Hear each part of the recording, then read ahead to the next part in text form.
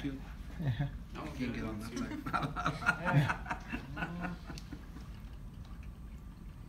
Monique? No.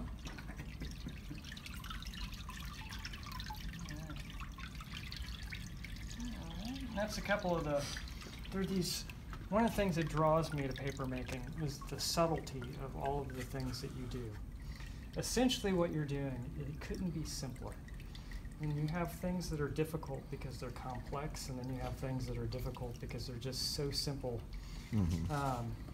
It was when I was a younger artist, I started recognizing, because like I said, I had the magic hand that just kept drawing, and very, very highly detailed, ridiculous drawings.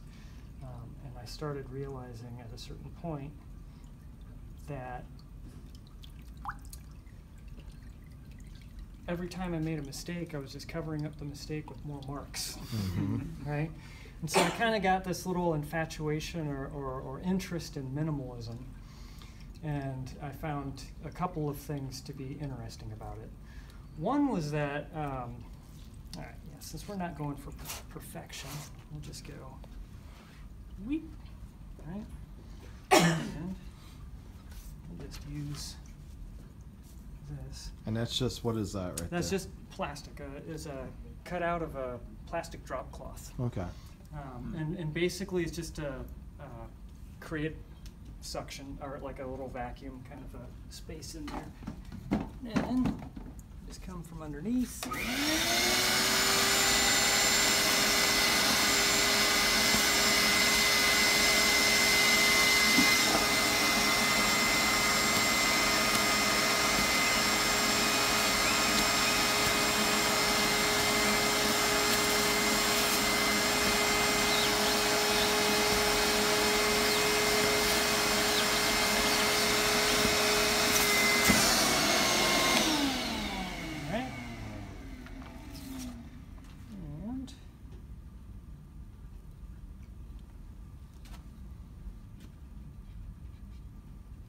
Right there. And you basically have a sheet of paper that's right around the stage that you would normally have after you've laid all the felts on it and you pressed it. And now you can still, and it would probably be helpful in the process, go through the first press with it layered between felts. But this will speed up your dry time quite a bit, and also it makes it a little easier to kind of work quickly. And so you've got already formed sheets that you're laying aside instead of basically the pulp between felts that's just kind of stacking up, and then you have that water just all over the place. So is that what you would lay on your block then, or you? This, no. You turn the pulp in. The pulp, yeah. Off of this. Once it's on the screen, from the screen directly onto the block is how I work. And then it just lays there and dries. Yeah. And again, one of the things as far as like a thorough, not necessarily quick, because it's going to take the time that it takes, but having a fan just blowing air is the quickest way to dry something out, because it's the evaporation, and heat doesn't cause evaporation.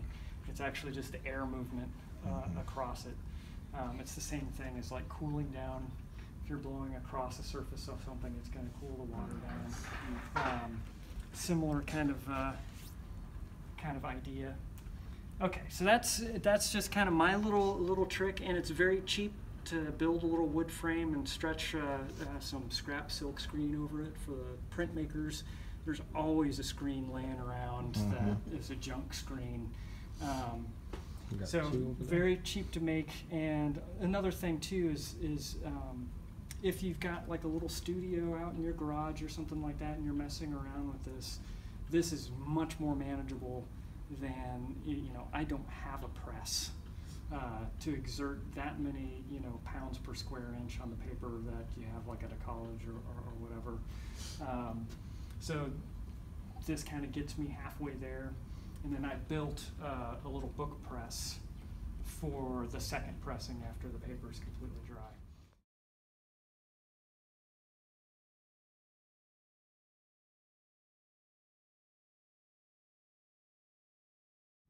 answer one of your questions about do I have to build a screen that's 6 feet for a 6-foot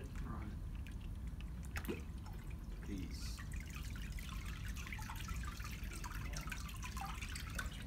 There is a point where you stop making the movements. Where you stop making what? Where you stop doing the little movements. Oh, right. And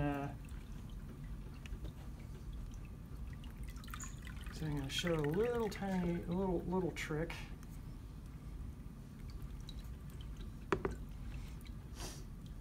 Again, we're not gonna move for perfection here. We're just gonna move for example. Right.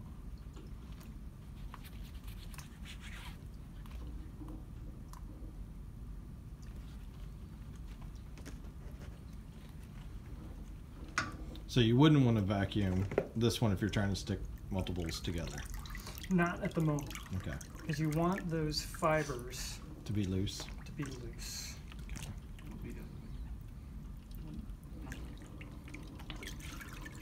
But there's kind of like, there's a way around every little defect, every little problem that you encounter. There's a way of doing something that's maybe not standard, or maybe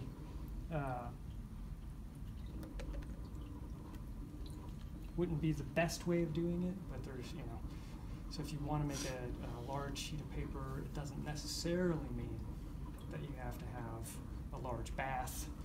It doesn't necessarily mean that you have to have a large mold and decal, because that would be, I don't know if you've ever priced a professional mold and decal, but I don't have like $500 laying around to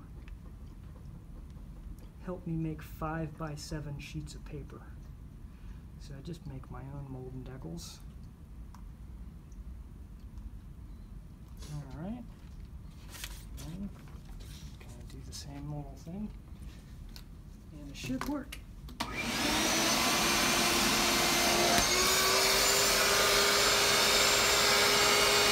Now, I ended up buying this little wet vac.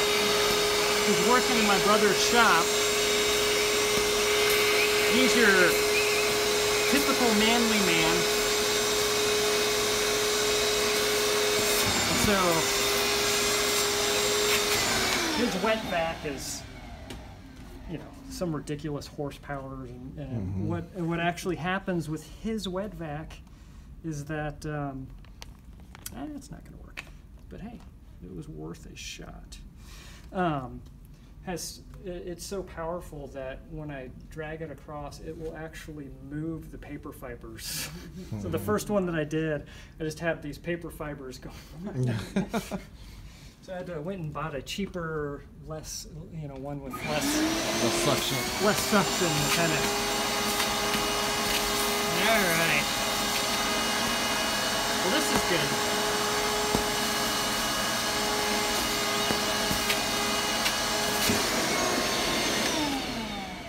What is a demo without a failure? That's fine. You know, the first one went so well. Now, in theory, you can do this, while not perfect, you get the point.